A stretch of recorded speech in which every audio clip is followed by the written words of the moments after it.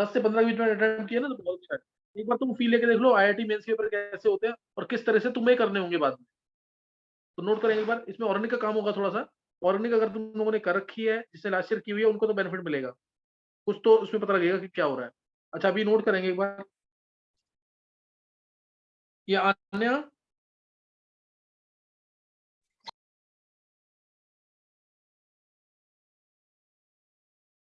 चलो नोट करना question. Question paper सबके पास है, पहला क्वेश्चन देखेंगे। Yes sir. फर्स्ट क्वेश्चन है आइडेंटिफाई। हाँ आन्या, मैं वो पेपर तुमने भेज दिया था ना, मैंने देखा है। मयंक एक बार मेरे को आन्या के मार्क्स बताना एक बार। मयंक। सर अभी चेक नहीं किया। अच्छा चलो मैं देख अभी लियो एक बार भेज है। दूंगा सर। हाँ हाँ चलो बाकी अब नोट करना है और सॉल्यूशन बहुत ढंग से लिखना है, हर एक पेपर को बहुत सीरियसली लेना है। देखो पहला क्वेश्चन है, ए में CH3 MgBr H2H+ डाला, फिर कंसंट्रेशन को डाला, हीट किया है तो मिला बी। बी में ओजोलिसिस किया तो मिला कंपाउंड जो दे रखा है तुम्हें, है ना, जो कंपाउंड दे रखा है तुम्हें, और तुम्हें बताना है कि ए क्या होगा। तो बताना ए क्या होगा। तो देखो पहले एक ना इस क्वेश्चन के अंदर, मान लो तुम्हारे पास टाइम बिल्कुल नहीं है, तो तुम कैसे कर पाओगे। ए जो है it gives positive at home test. ए जो है पॉजिटिव एट होम टेस्ट दे रहा है।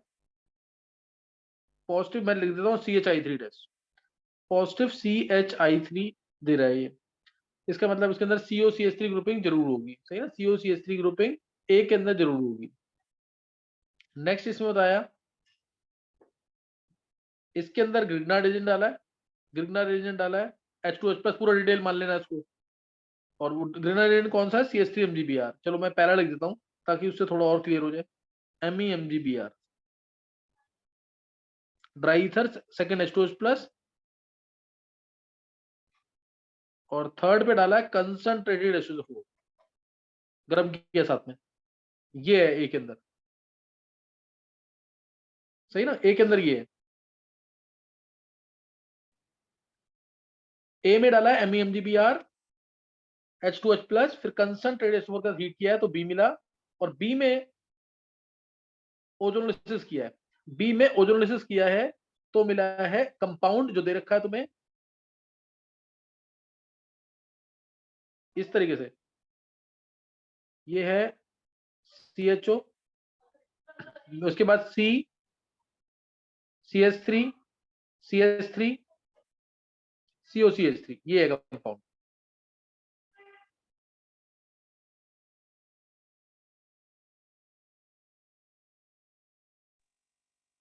COCH3 है। अगर बी चाहिए होता तो उसके लिए मैं डायरेक्ट क्या करता, दोनों ओ ज्वाइन किए, बी मिल गया। इसकी रिक्वायरमेंट नहीं है कोई भी। मेरे को पूछा हुआ है ए क्या होगा, ये तुम्हें फाइनल आंसर मिला हुआ है। ए पूछा है कि क्या होगा। अब तुम यहां पे देख लो, इसमें जितने कार्बन है ना, एक बार हिंट लेते हैं कि चारों ऑप्शन देख के निकल सकता है कि नहीं। इसमें टोटल कार्बन कितने हैं बेंजीन के अलावा। बेंजीन पे किसी भी रिएक्शन से कोई फर्क नहीं पड़ता। इधर कार्बन कितने हैं, एक, और इधर कितने हैं, 1 2 3 4 5, 5 कार्बन है इधर। तो तुम ये बता सकते हो कि ए में कितने कार्बन होंगे। मयंक, ए में कितने कार्बन होंगे। कृष्णा,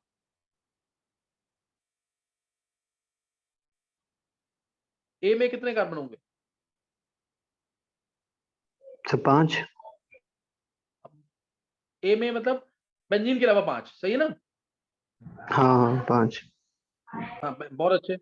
ए में बेंजीन के अलावा 5 कार्बन होंगे, क्यों, क्योंकि इसके अंदर टोटल कार्बन बेंजीन के अलावा 6 हैं, क्योंकि मैंने MeMgBr तो ऐड किया है और कहीं पे कार्बन को ना कम किया ना कुछ किया है। इसका मतलब ए के अंदर बेंजीन के अलावा 5 कार्बन होंगे। तो बेंजीन के अलावा 5 कार्बन और आइडोफॉर्म टेस्ट पॉजिटिव। एक बार अगर तुम चेक करोगे तो एक दो, ए ऑप्शन चेक करो। ए ऑप्शन में क्या आ रहा है, फर्स्ट ऑप्शन में मतलब 1 2 3 4 5, 5 आ रहा है और चांसेस है इसके। दूसरा ऑप्शन चेक करोगे 1 2 3 4 आ रहा है, तो ये नहीं होगा, बी ऑप्शन हट गया। और नेक्स्ट में 4 और 5 6, ये भी हट गया। लास्ट में 1 2 3 4 5, ये भी, यानी आंसर ए और डी में से है। क्लियर, फर्स्ट और फोर्थ में से है। क्लियर हुआ कि कुछ की नहीं। Yes sir. क्लियर हुआ कि नहीं। तो ये एक हिंट मिल गया कि इसका मतलब आंसर फर्स्ट और फोर्थ में से, तो कुछ तो नेगलेक्ट हो गया ना यहाँ पे। हाँ आंसर फोर्थ है इसका, आंसर फोर्थ है इसका। MGBR वाली रिएक्शन पढ़नी है सीधा। अब मैं फर्स्ट और फोर्थ में से, ये तुम्हें ना आना चाहिए करना, अगर ऐसा नहीं सोच पाओगे ना तो वहां टफ लगेंगे सारे क्वेश्चन। अब इसमें फर्स्ट वाले, अगर मैं फोर्थ वाले को लेके आंसर बनाता हूँ, जो भी लिखा है मैं उससे आंसर बना रहा हूँ। और वैसे भी ना, अगर मैं फोर्थ वाले से आंसर ए का लेके बनाऊं तो मेरे को पता है ये है फोर्थ वाला जो ऑप्शन है वो ये है। फर्स्ट और फोर्थ में भी आंसर चल जाएगा आसानी से, करने की जरूरत नहीं है क्वेश्चन को। इसको ये चीज है ना, ये एमी लगा हुआ है और ये कौन सी फॉर्म है, कीटोन वाली, आयोडोन टेस्ट पॉजिटिव। तुम ये देखो सिंपल सा, जो ग्रिनार्ड एजेंट है वो इस पार्ट पे अटैक करेगा, जो ग्रिनार्ड एजेंट है वो सिर्फ इस पार्ट पे अटैक करेगा। सही ना, ग्रिनार्ड एजेंट सिर्फ इसी पार्ट पे अटैक करेगा। तो या अब जब पोजोलिसिस करोगे तो यहां से क्लीवेज होके सीएचओ आएगा कि नहीं, और ए ऑप्शन में चेक करो वहां पे क्लीवेज होके सीएचओ नहीं आएगा, यानी आंसर ये फोर्थ ही आएगा। समझ आया मैंने क्या बोला है? पोजोलिसिस करके सिर्फ इस वाले पार्ट में ही सीएचओ आ सकता है, और क्योंकि फाइनल आंसर में सीएचओ है कि नहीं, फाइनल आंसर ये रहा जो हमें चाहिए, उसमें सीएचओ ये रहा। इसलिए अब मैं पूरी रिएक्शन अगर तुम्हें बताऊं तो थोड़ा सा जिसको नॉलेज है ना रिएक्शंस की, वो आसानी से कर सकता था क्वेश्चन। अब मैंने डाला इसमें MEMGBR डालूंगा RH2H+, तो उससे पहले तो ये बनेगा, ये OH बन जाएगा। ग्रेनाडाइन का रूल तुम्हें पता होना चाहिए, डबल बॉन्ड O का OH बना देते हैं और नीचे Me लगा देते हैं। डबल बॉन्ड O का OH और नीचे Me, ये लग जाएगा इतना पार्ट डालने से। और उसके बाद कंसंट्रेशन को डालेंगे तो ये वाटर इसको ले जाएगा, इसको ले जाएगा, यहाँ प्लस आ जाएगा, इसको ले जाएगा, और ये आ गया यहाँ प्लस। प्लस आते ही बेंजीन पे अटैक हो जाएगा, ये बेंजीन है ना यहाँ पे, ये चीज इलेक्ट्रोफिलिक सब्स्टिट्यूशन हो जाएगी, इलेक्ट्रोफिलिक सब्स्टिट्यूशन इस तरीके से। ये इलेक्ट्रॉन इधर जाएंगे, H+ हट करके ये पार्ट आ जाएगा पूरा, ये चीज आ जाएगी। फिर उसके बाद दोबारा H हटेगा तो रिंग कंप्लीट हो जाएगी। सबने पढ़ रखा है इलेक्ट्रोफिलिक सब्स्टिट्यूशन का मैकेनिज्म, Me ये आ गया।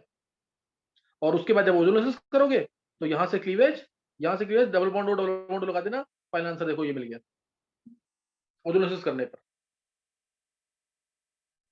किसी को डाउट इसमें? किसी को भी डाउट है इसमें? No sir. बस ये आना चाहिए तुम्हें, यहाँ पे इजी क्वेश्चन है बिल्कुल, कोई टफ नहीं है, ये तुम्हें आना चाहिए। नेक्स्ट देखो। अच्छा एक बार जो 11th वाले बच्चे जिन्होंने अटेंड किया, जो 12th में अब आ गए हैं इस समय, उनमें से किसको समझ आ गया? एक बार हैंड रेज करना जरा जिसको समझ आ गया। हिमांग निकाल लिया को, था। अर्जुन निकाल लिया था, बहुत अच्छे। हिमांग, मनन, यस सर, हो गया था। हिमांग, और अर्जुन से भी हो गया है, मेरे से भी हो अर्जुन भी हो गया। गया। नवीन तेरे से नहीं हुआ ये? नवीन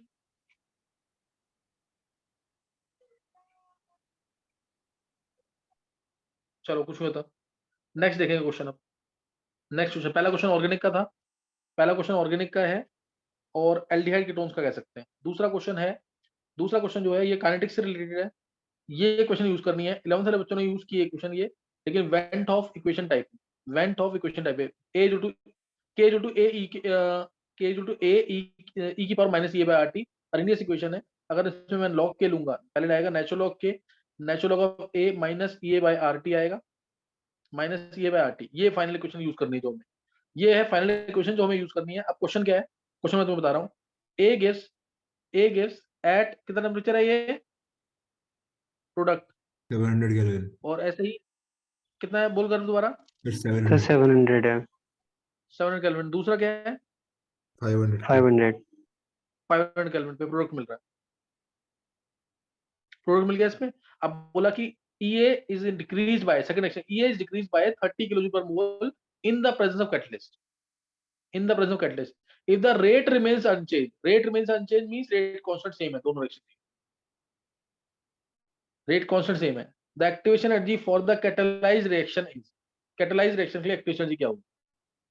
तो अब मान लो पहले जो था K1 रेट था, K1 की वो तो सेम ही रहेंगे, natural of K0 natural of A minus पहले एक्टिवेशन एनर्जी EA1 थी, E1 मान लो उसको विषय, E1 थी और टेम्परेचर T1 था। अब फाइनली रेट कांस्टेंट तो सेम रहेगा क्योंकि इसने बोला है if the rate remains unchanged, natural log of a ही आएगा, ये कांस्टेंट है within given temperature range, ये कांस्टेंट रहता है।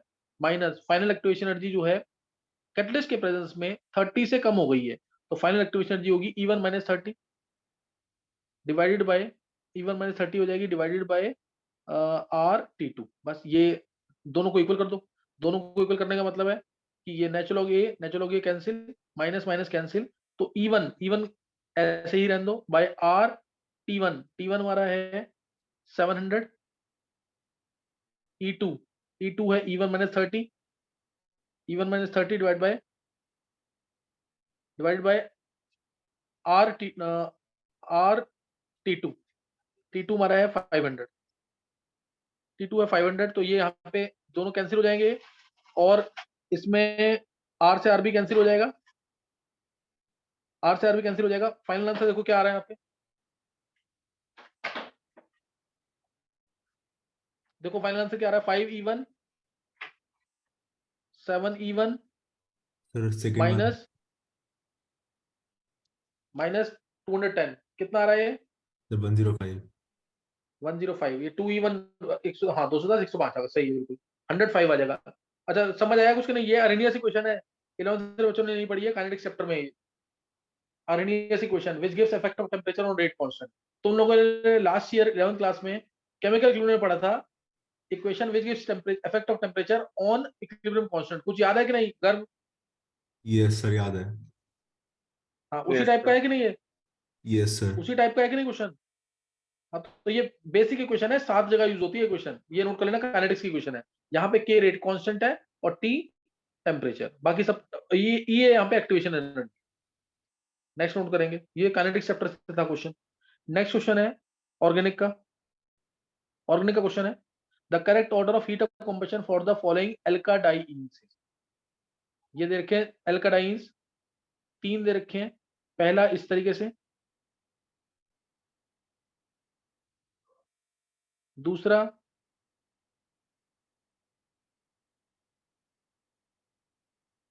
इस तरीके से और तीसरा सी ये ऐसे। तो इनका हीट ऑफ कम्बशन बताना है। हीट ऑफ कम्बशन देखने के लिए पहले क्या देखते हैं, नंबर ऑफ कार्बन एटम्स, याद है कि नहीं? पहले क्या देखते हैं, नंबर ऑफ कार्बन एटम, वो सब में क्या है? सिस्ट्रांस से चेक करेंगे ना, इसमें सिस्ट्रांस और हाँ बिल्कुल, का क्योंकि मैचिंग मिल हाँ सही है Arjun, number of carbon atom सब में बराबर है, ठीक है, नंबर ऑफ कार्बन एटम्स क्या है सब में बराबर, ये देख लेंगे। दूसरा केस क्या, नंबर ऑफ कार्बन एटम्स बराबर हैं तो स्टेबिलिटी चेक करेंगे। इसमें चेक करोगे दोनों के दोनों, यहाँ पे इस केस में ये ट्रांसफॉर्म है कि नहीं, यस सर। ये मिथाइल नीचे ये मिथाइल ऊपर, ट्रांसफॉर्म है। ऐसे ही इस डबल बॉन्ड के राउंड चेक करो, ये मिथाइल नीचे ये मिथाइल ऊपर, तो ये भी ट्रांसफॉर्म है, तो ये ट्रांस सबसे ज्यादा स्टेबल ये है, सबसे ज्यादा स्टेबल ये है। दूसरे में चेक करो डबल बॉन्ड के राउंड, ये मिथाइल नीचे ये मिथाइल, ये ग्रुप जो है ऊपर, तो इसका मतलब ये ट्रांसफॉर्म है। लेकिन इधर वाले कार्बन में चेक करोगे तो ये मिथाइल नीचे की तरफ है और ये भी नीचे की तरफ है, तो ये सिस फॉर्म, ये ट्रांस ये सिस, ये ट्रांस, तो इसका मतलब स्टेबिलिटी इसकी थोड़ी सी कम, ट्रांस में स्टेबिलिटी ज्यादा होती है। इस केस में चेक करोगे इस मिथाइल के राउंड, ये भी नीचे ये भी नीचे, ये सिस फॉर्म। इस मिसाइल के राउंड चेक करो, इस डबल बॉन्ड के राउंड चेक करो, इस डबल बॉन्ड के राउंड, तो ये भी ऊपर ये भी ऊपर, ये भी सिस फॉर्म। तो सबसे ज्यादा स्टेबल ऊपर है, स्टेबिलिटी ऑर्डर कहेंगे तो ये है, और हीट ऑफ कम्बशन कहेंगे तो उसका उल्टा, जो स्टेबल सबसे कम होगा उसके अंदर एनर्जी ज्यादा होगी, O2 डालने पर वो एनर्जी रिलीज कर देगा। तो इसलिए सबसे ज्यादा आएगा सी का होगा हीट ऑफ कम्बशन, सबसे ज्यादा किसका आएगा हीट ऑफ कम्बशन, सी का। ये ए ऑप्शन में देखा, वन ऑप्शन में देखा, सी फिर बी फिर ए। क्या समझ आ गया? Yes sir. क्लियर हो गया कि नहीं है? Yes sir. Yes sir. Yes, sir. Next question जो है ये 2-3 चैप्टर को मिला करके है, 12th क्लास के 2-3 चैप्टर को मिला करके है। अभी तक जो क्वेश्चन आए हैं 3 क्वेश्चन मैंने डिस्कस किए हैं, इसमें से सिर्फ एक ही क्वेश्चन 11th क्लास का है, बाकी दोनों क्वेश्चन 12th क्लास के थे। अब जो क्वेश्चन है वो है प्योरली 12th क्लास का, इसमें केमिस्ट्री इन एवरीडे लाइफ भी है, इसमें बायोमोलिक्यूल्स भी है और chemistry in everyday life. Note करेंगे ये क्वेश्चन थोड़ा सा प्लस लेवल का था, प्लस लेवल यानी टेस्ट के बारे में जिसको पता है वही कर पाएगा, नहीं तो ये मुश्किल है क्वेश्चन थोड़ा सा। फोर्थ क्वेश्चन, एक केमिस्ट के पास 4 सैंपल हैं आर्टिफिशियल स्वीटनर्स, 4 सैंपल्स हैं आर्टिफिशियल स्वीटनर के। To identify these samples he performed certain experiments and noted the following observation.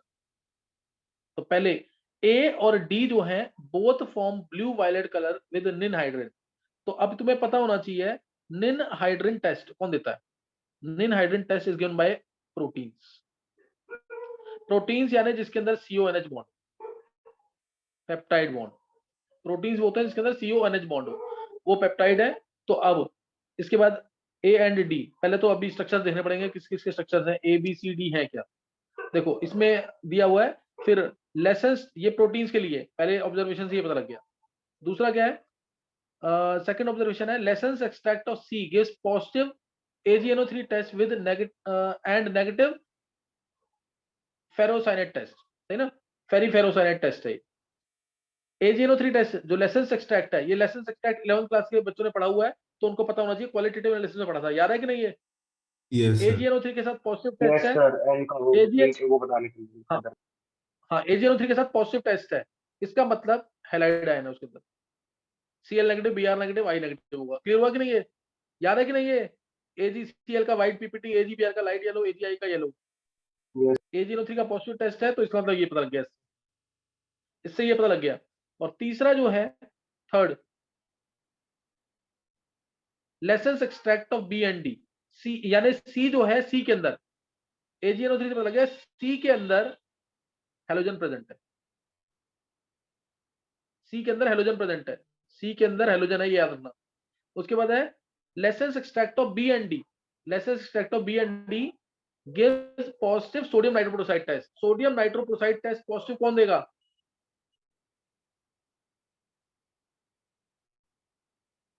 Sodium nitroprusside test positive कौन देता है। सल्फर। हाँ सल्फर, किसे बोला ये, हिमांग। Yes sir. बहुत अच्छे, हिमांग तूने बोला ना ये। यस मैंने बोला था। हाँ, तो ये पॉजिटिव सोडियम नाइट्रोप्रोसाइड टेस्ट देगा, इसका मतलब बी और डी के अंदर सल्फर है। बी और डी में क्या प्रेजेंट है, सल्फर। सी में प्रेजेंट है हेलोजन, सी में प्रेजेंट है हेलोजन। ए और डी प्रोटीन्स है, A and D R protein. क्या ये बात समझ आ गई।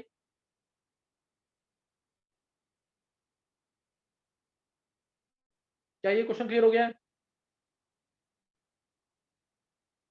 यहां तक क्लियर हो गया जो मैंने बताया अभी। Yes, sir. मैं एक लाइन लिख देता हूं, A and D R proteins जिसके अंदर CONH बॉन्ड होगा, पेप्टाइड बॉन्ड होता है, पहली ऑब्जर्वेशन से। दूसरी से, सी के अंदर हेलोजन है, ClBrI, AgNO3 टेस्ट दे रहा है। और तीसरी ऑब्जर्वेशन, बी और डी जो हैं इनके अंदर सल्फर प्रेजेंट है, बी और डी के अंदर सल्फर प्रेजेंट है, क्योंकि ये सोडियम नाइट्रोप्रोसाइड टेस्ट दे रहे हैं पॉजिटिव। अब जो जो 4 सैंपल थे, वो था, एक सैंपल था एस्पार्टेम का, देखा ना, A is aspartame, B is saccharin, C sucralose और डी इज एलिटेम। ये चारों आर्टिफिशियल स्वीटनर है। आर्टिफिशियल स्वीटनर सबको पता है कि डॉक्टर्स रिकमेंड करते हैं किसको, डायबिटिक पेशेंट्स को, ताकि वो शुगर इंटेक ना ले, इसमें कैलोरीज ज्यादा होती है, कैलोरी इंटेक को भी रिड्यूस कर देते हैं आर्टिफिशियल स्वीटनर्स। सही, तो इसलिए अब सैकरिन जो होता है, मैं चारों बताता हूँ पहले क्या क्या होते हैं। सैकरिन, सैकरिन ये है, seal bond O, SO2, SO2 ऐसे लिखना, ऐसे लिख लो, नहीं तो ऐसे लिख दो सिंपल, डबल बॉन्ड O की फॉर्म में, double bond O, double bond O, NH, ये आ गया सैकरिन। दिस इज सैकरिन, ये सैकरिन, ये आर्टिफिशियल स्वीटनर सैकरिन है। क्लियर है। दूसरा, अब ये सोडियम नाइट्रोप्रोसाइड टेस्ट पॉजिटिव देगा, सल्फर है इसके अंदर कि नहीं, ये सोडियम नाइट्रोप्रोसाइड टेस्ट पॉजिटिव देगा कि नहीं।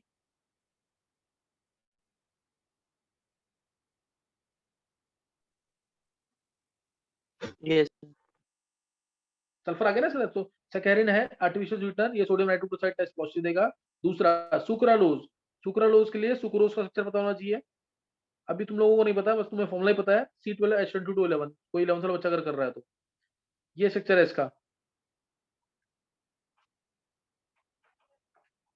ये आ जाएगा H और नीचे 5 की रिंग, नीचे 5 की रिंग। स्ट्रक्चर तुम्हें पता है इसका। और यहाँ पे सेम स्ट्रक्चर है बिल्कुल, क्या कहते हैं, सुक्रोज की तरह। बस तुम्हें Cl लगा देना है 2 जगह, कॉर्नर पे Cl लगा देना है। जैसे H और Cl यहाँ लग जाएगा, और यहाँ पे भी H और CH2OH लग जाएगा। CH2Cl, H CH2Cl, ये है हमारा सुक्रालोज। सुक्रालोज ये है, तो ये पॉजिटिव A03 टेस्ट देगा कि नहीं? ये पॉजिटिव A03 टेस्ट देगा कि नहीं?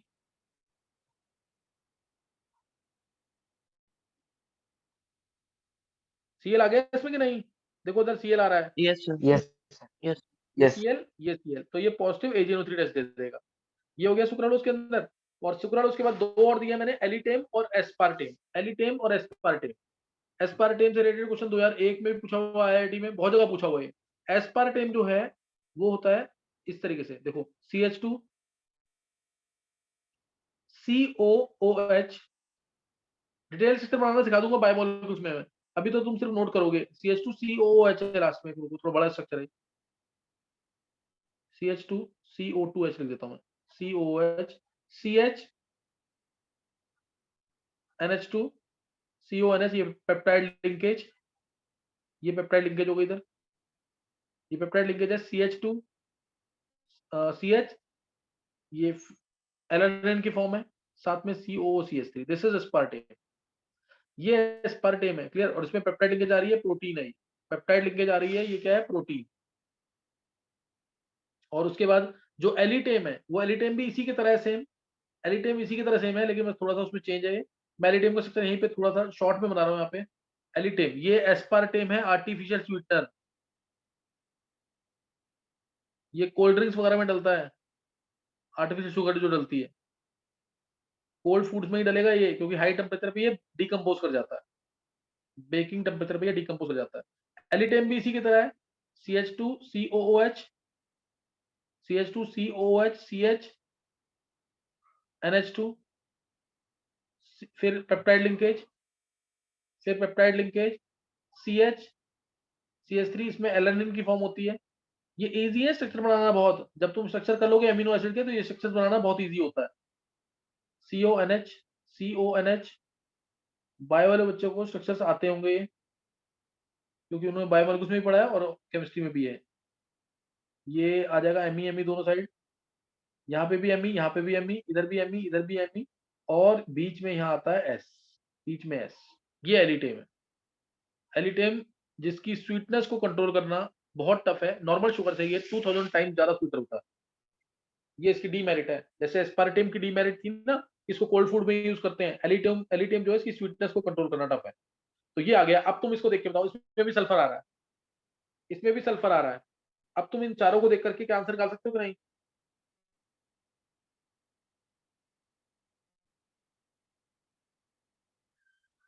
देखो इसमें आंसर निकल रहा है कि नहीं? अब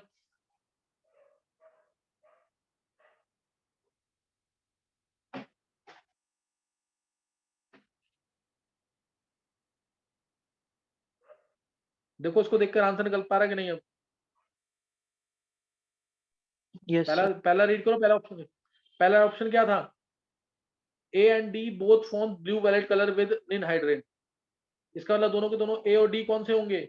एलिटेम और एस्पार्टेम। A और D एलिटेम और एस्पार्टेम है कि नहीं? क्योंकि इनमें CONH लिंकेज आ रही है।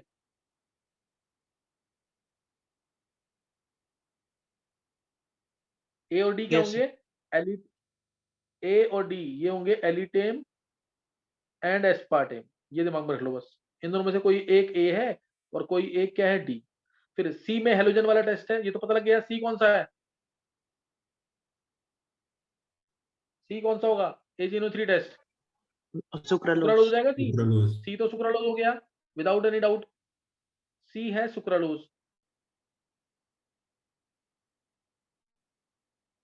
Fourth B and D, B and D दोनों के अंदर सल्फर होना चाहिए।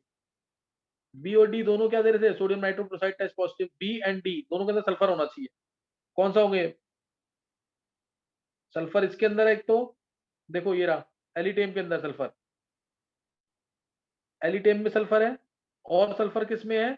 सेकेरिन में। तो कौन सा हो गया? D alitame. डी हो जाएगा एलिटेम, डी एलिटेम हो जाएगा कि नहीं अब? और ए क्या है? एस्पार्टेम। क्या क्लियर हुआ ये क्वेश्चन एक अच्छे लेवल का था, लेकिन हाँ थोड़ा सा पढ़ रखा है जिसने टेस्ट वगैरह, तो उसको इजी लगेगा।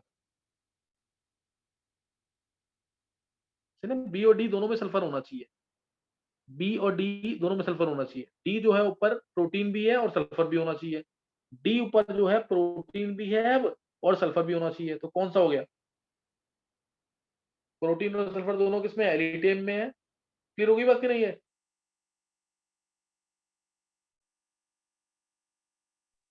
Yes sir. चलो मैंने एक बार हिंट, हाँ हिंट दे दिया, इसको ट्राई कर लेना जरूर। नेक्स्ट क्वेश्चन देखो, अभी स्टार्टिंग के क्वेश्चन थोड़े से लेंथी थे, अब आगे इजी है क्वेश्चन। पहले बोला, हाँ अभी ये जो क्वेश्चन है fifth, x melts at low temperature and is a bad conductor of electricity in both liquid and solid state. Liquid और सॉलिड स्टेट में बैड कंडक्टर इलेक्ट्रिसिटी कौन सा होगा? मॉलिक्यूलर सॉलिड, मॉलिक्यूलर सॉलिड एक ही दे रखा है, पहला ऑप्शन CCl4। बाकी मर्क्यूरी तो मेटल है, सिलिकॉन कार्बाइड मेटल उसमें आ जाएगा आयनिक में, जिंक सल्फाइड भी आयनिक में आ जाएगा, इसलिए आंसर आ जाएगा CCl4। क्लियर है कि नहीं सबको? सिक्स्थ क्वेश्चन देखेंगे अगर, सिक्स्थ क्वेश्चन एलिंगम डायग्राम से रिलेटेड है और एक्सट्रैक्शन चैप्टर, ये मैंने तुम लोगों को पढ़ा दिया जो भी 12th में आए हैं। एलिंगम डायग्राम बताओ इसका आंसर क्या आएगा? सर सेकंड वाला।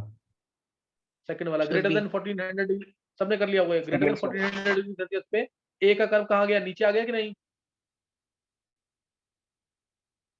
Yes sir. याद है कि नहीं? यस ये हो गया ना क्वेश्चन, ये सबसे हो जाना चाहिए था जिसने एक्सट्रैक्शन चैप्टर कर लिया मेरे पास, सबसे हो जाना चाहिए उनसे।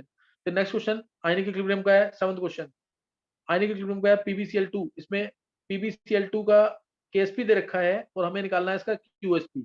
QsP निकालना है तो 300 millilitre of 0.13 molar PbNO3 twice दे रखा है। मिक्स करेंगे जब इसको PbNO3 इसको जब मिक्स करेंगे 100 मिलीलीटर ऑफ 0.4 मोलर NaCl से मिक्स करेंगे। जब इसको इन दोनों को मिक्स कर देंगे तो क्या होगा?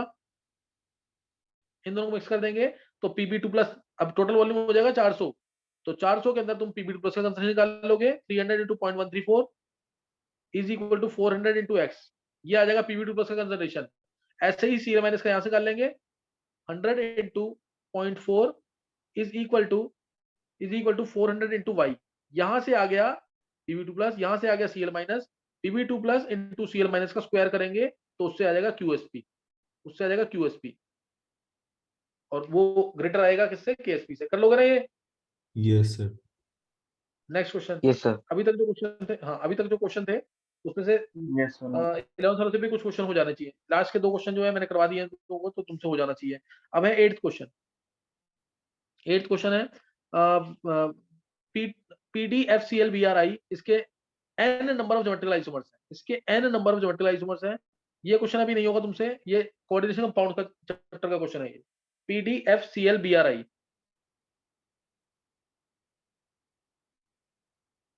तो इसके आइसोमर जो बनते हैं वो 3 बनते हैं ज्योमेट्रिकल, तो n की वैल्यू हो गई 3। इसके 3 ज्योमेट्रिकल आइसोमर बनते हैं, इसमें n की वैल्यू हो जाएगी 3। और अब बोला है तुम्हें FeCN6 n-6, n-6 चार्ज है तो चार्ज हो गया, n की वैल्यू 3 है ही, ऊपर से निकाल लिया मैंने। FeCN6 3 माइनस आ गया, यानी ये Fe3 प्लस आ गया, Fe3 प्लस है और लिगेंड स्ट्रॉन्ग है तो बैक पेयरिंग होगी, बैक पेयरिंग होगी तो ये आ जाएगा यहाँ पे 1 2 3 4 5, ये पांचों के पांचों इलेक्ट्रॉन होंगे T2G में। जब स्प्लिट करेंगे इसको तो ये पांचों इलेक्ट्रॉन आ जाएंगे T2G में, 2 इलेक्ट्रॉन यहाँ, 2 इलेक्ट्रॉन यहाँ पे, 1 यहाँ पे। तुम्हें याद होगा ये T2G लेवल है, T2G लेवल की एनर्जी कितने से कम होती है? -0.4 डेल्टा O। तो अब इससे निकाल लोगे तुम CFSC -0.4 डेल्टा O इंटू 5, यानी -2 डेल्टा O आ जाएगा। क्या आ जाएगा? -2 डेल्टा O, ये CFSC वैल्यू आ जाएगी इसकी। और मैग्नेटिक मोमेंट क्योंकि एक ही अनपेड इलेक्ट्रॉन है, एक अनपेड इलेक्ट्रॉन है तो 1.73 pm आ जाएगी। सही ना? ये कोऑर्डिनेशन कंपाउंड से रिलेटेड है, तुम लोगों से नहीं होगा भी 12th वाले बच्चों से। Next question, if the magnetic moment of A dioxygen species is 1.73 pm, it may be, वो डाइऑक्सीजन स्पीशीज की 1.73 pm है, यानी एक अनपेड होना चाहिए। एक अनपेड तो सिर्फ किसमें आएगा? O2 माइनस के अंदर, O2 माइनस, इसी में एक अनपेड आएगा। बाकी O2 में तो 2 अनपेड इलेक्ट्रॉन होते हैं, और तो सब ऐसे ही हैं। O2 प्लस में भी कितने होंगे? तो उसमें भी एक होगा, लेकिन इससे लास्ट ऑप्शन में O2 भी दे रखा है, इसलिए वो नहीं आंसर आएगा। नेक्स्ट क्वेश्चन है इफ एंथैल्पी ये तो क्वेश्चन सबको पता होगा, मैंने क्लास में कराया हुआ है। If the enthalpy automisation for Br2 liquid is x kilojoule पर मोल and enthalpy of bond enthalpy is y, bond enthalpy is y kilojoule पर मोल। तो Br2 लिक्विड का दे रखा है, Br2 की बॉन्ड एंथैल्पी दे रखी है और एंथैल्पी ऑटोमाइजेशन। एंथैल्पी ऑटोमाइजेशन मतलब क्या होता है कि एटम में कन्वर्ट करना। Br2 लिक्विड है, Br2 लिक्विड को एटम में कन्वर्ट करना है, तो पहले किस में जाएंगे, Br2 गैस में जाएंगे, Br2 गैस में जाएंगे, उसके बाद 2Br गैस मिलेगा। इसका मतलब ये वाली एनर्जी भी है, ये वाली एनर्जी भी है, लेकिन बॉन्ड में सिर्फ Br2 गैस से 2Br बनता है। तो ये तो एनर्जी नेचुरल सी बात है, बॉन्ड एंथैल्पी कम होगी किससे, बॉन्ड एंथैल्पी कम होगी किससे, डेल्टा एच एटमाइजेशन से। तो x is greater than y आ जाएगा, सही ना, x is greater than y। क्या क्लियर हुआ क्वेश्चन? Yes, sir. Yes. ये सबका Yes, sir. हो भी गया होगा, मोस्ट प्रोबेबली सबका हो गया होगा क्वेश्चन, क्योंकि ये मैंने काफी बार कराया क्लास में। नेक्स्ट क्वेश्चन,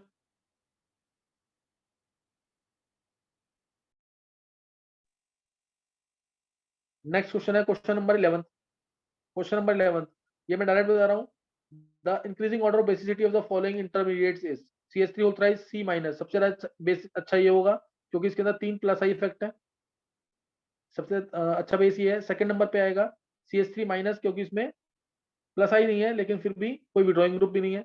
फिर आएगा सेकंड पे जिसमें कार्बन sp2 है, जिसमें कार्बन sp2 है क्योंकि CH2 bond CH CH2 minus, इसमें रेजोनेंस हो रही है, कार्बन sp2 हो जाएगा, ये आएगा। और उसके बाद आएगा ट्रिपल बॉन्डेड कार्बन वाला, यानी CH triple bond C negative, क्योंकि इसमें कार्बन sp है।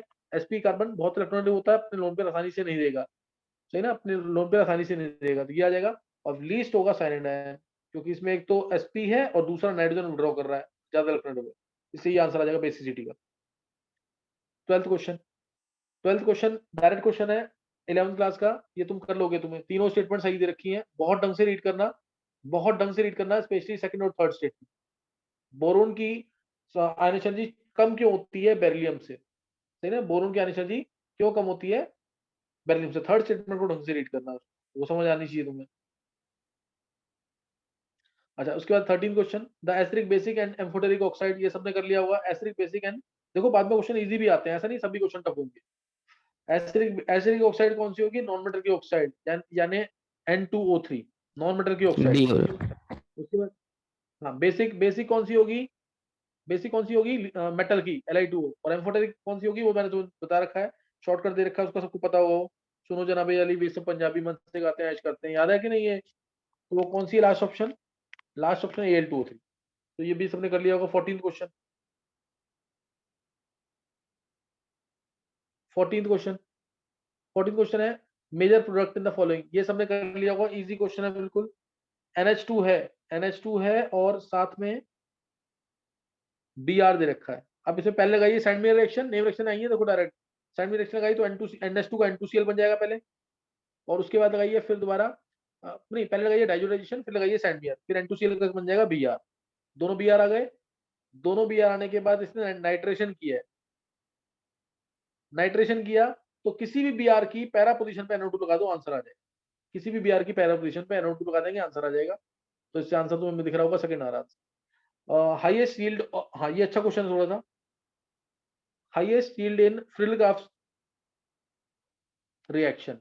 बेंजामाइड में तो विड्रॉइंग ग्रुप लगा हुआ है CONH2, हाईली विड्रॉइंग है। एनिलीन में C. फ्रिडल का वैल्कराइजेशन, हाँ एनिलीन में फ्रिडल का वैल्कराइजेशन नहीं होती है, किसी को याद है क्यों? पर क्योंकि एल्विन इसमें बढ़ जाता है अपने। हाँ internal salt like character, Salt याद होगा बन तुम, जाता है।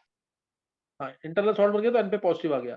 फ्लोरोबेंजीन में थोड़ा सा डीएक्टिवेटिंग है लेकिन रिएक्शन होती है, थोड़ा सा डीएक्टिवेटिंग रिएक्शन होती है। फिनॉल में भी चांसेस थोड़े कम हो जाएंगे क्योंकि ओ है, ओ के पास भी लोन पेयर है, ये भी AlCl3 रिएक्शन होती है लेकिन काफी स्लो, ये भी लोन पेयर दे सकता है अपने किसको, Al को। क्लियर हो गई बात कि नहीं है? तो इससे आंसर क्लोरोबेंजीन आ जाएगा इसका।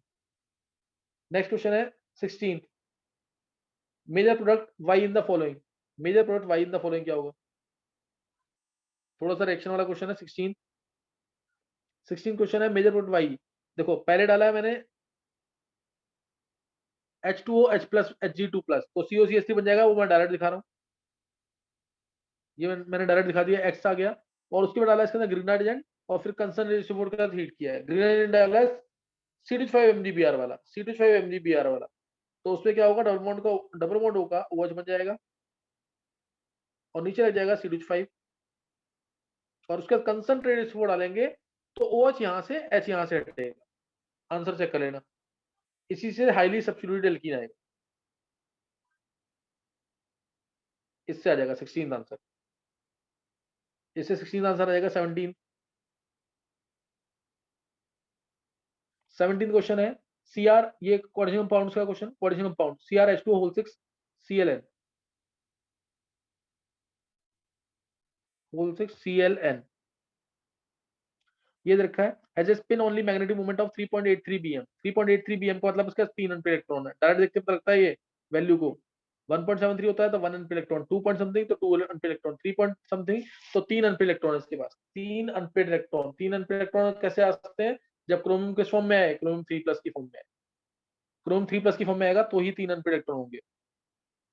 एंड शोज ज्योमेट्रिकल हिंट दे दिया, AgNO3 टेस्ट भी दे रहा है, यानी एक Cl बाहर होगा कोऑर्डिनेशन स्फीयर के और ज्योमेट्रिकल शो कर रहा है। इसका मतलब CrH2O होल 4 Cl2 होगा और एक Cl बाहर रखना पड़ेगा। और क्योंकि H2O 6 थे, ये NK3 आ गई डायरेक्ट इससे, तभी तो Cr3+ बनेगा ये, और इसलिए Cl.2H2 भी आ जाएगा। तो इसका IUPAC नेम लिखना, तुम इसका IUPAC नेम लिखना है।